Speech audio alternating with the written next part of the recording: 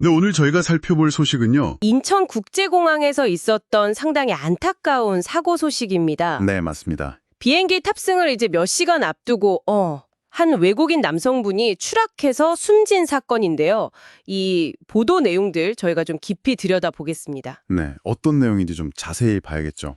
사건이 6월 27일 오전이었어요. 인천공항 제2여객터미널이었고요. 네, 거기서 이제 30대 남성 한 분이 쓰러진 채로 발견됐는데 추락한 걸로 확인이 됐습니다. 아, 출국하시려던 분이었죠. 네, 바로 그날 출국 예정이셨다고 해요. 정말 코앞이었죠. 참 안타깝네요. 좀 더 구체적으로 보면 이분이 30대 인도네시아 국적의 남성 A씨라고 하고요. 네, 30대 남성. 제2여객터미널 3층 출국장 카운터 앞 난간, 거기서 지하 1층으로 떨어진 것으로 그렇게 파악이 네, 됐습니다. 3층에서 지하 1층이면 꽤 높은 곳인데요. 네, 그렇죠. 발견된 시간은 오전 8시 11분경이었고요. 아침 일찍이네요. 네, 119 구급대가 와서 심폐소생술도 하고 응급처치를 하면서 병원으로 급히 옮겼는데 결국은 사망 판정을 받으셨다고 합니다. 결국은. 네.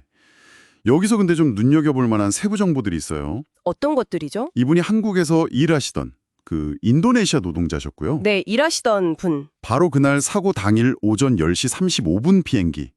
이걸로 자카르타로 돌아갈 예정이셨다는 거예요. 와, 10시 35분이면 정말 2시간 남짓 남았을 때네요. 발견 시점이랑 비교하면. 그렇죠. 정말 출국 직전에 이런 비극이 발생한 거죠. 네. 그리고 또 하나 보도를 보면 이분이 평소에 우울증 병력이 좀 있었다. 이렇게 알려졌어요. 우울증 병력이요. 네. 이 점이 지금 경찰이 조사하고 있는 그 추락 원인하고 뭐랄까 관련이 있을 수 있는 중요한 정보일 수 있습니다. 그렇군요. 그러니까 한국 생활을 이제 마치고 집으로 돌아가는 바로 그날이었는데 또 알려진 바로는 우울증도 앓고 계셨고. 네네. 이 두 가지 상황이 좀 어떻게 작용했을까요? 특히 공항이라는 게 굉장히 분주하고 좀 공개된 장소잖아요. 맞습니다. 이게 참 비극적인 상황인데요. 고향으로 돌아간다는 그런 안도감도 있겠지만 어떻게 보면 그간의 타지 생활의 어려움이라든지 아니면 미래에 대한 불안감 같은 것들이 오히려 더 크게 다가올 수도 있는 시점이거든요.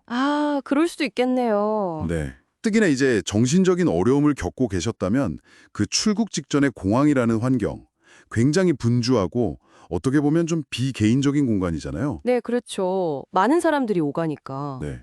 그런 공간이 오히려 더 큰 어떤 심리적인 압박으로 작용할 가능성도 우리가 좀 생각해 볼 수 있을 것 같아요. 겉으로는 잘 안 보였을 수 있는 그런 고통이 있었을 수도 있겠네요. 네, 충분히 그럴 수 있죠. 많은 사람들이 오가는 공공장소에서 벌어진 한 개인의 비극이라는 점이 더 마음을 아프게 하는 것 같습니다. 그래서 지금 경찰은 정확히 왜 또 어떻게 추락하게 됐는지 그 구체적인 경위를 지금 조사하고 있다는 거죠? 네, 맞습니다. 아직 명확한 결론은 나오지 않았고요. 네. 이게 발을 헛디딘 건지 실족인지 아니면 혹시 다른 극단적인 선택의 가능성이라든지 이런 걸 다 열어두고 보는 것 같아요. 네, 그런 여러 가지 가능성을 염두에 두고 조사를 진행 중일 겁니다. 근데 이 사건이 던지는 질문이 좀 있는 것 같아요. 단순히 한 개인의 안타까운 죽음, 이걸 넘어서서요. 어떤 질문일까요? 타국에서 일하는 외국인 노동자들이 겪을 수 있는 그런 현실적인 어려움들, 특히 이제 정신건강 문제 같은 것들이요. 네. 그런 부분에 대해서 다시 생각해보게 되네요. 그렇죠. 아무래도 고향 떠나서 혼자 지내면서 겪는 외로움이라든지 스트레스 같은 것들이 분명히 있었을 테고요. 네.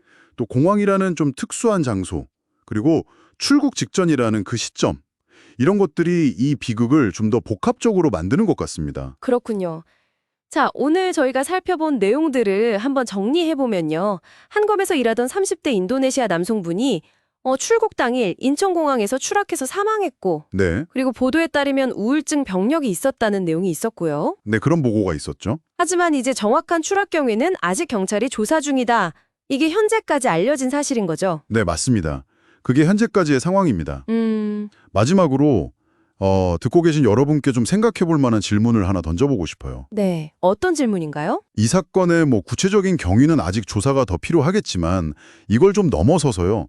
우리 사회가 타지에서 생활하는 외국인 근로자들이나 혹은 정신적인 어려움을 겪는 분들을 위해서 어떤 사회적인 관심이나 지원 시스템을 더 고민해 볼 수 있을까 하는 점입니다.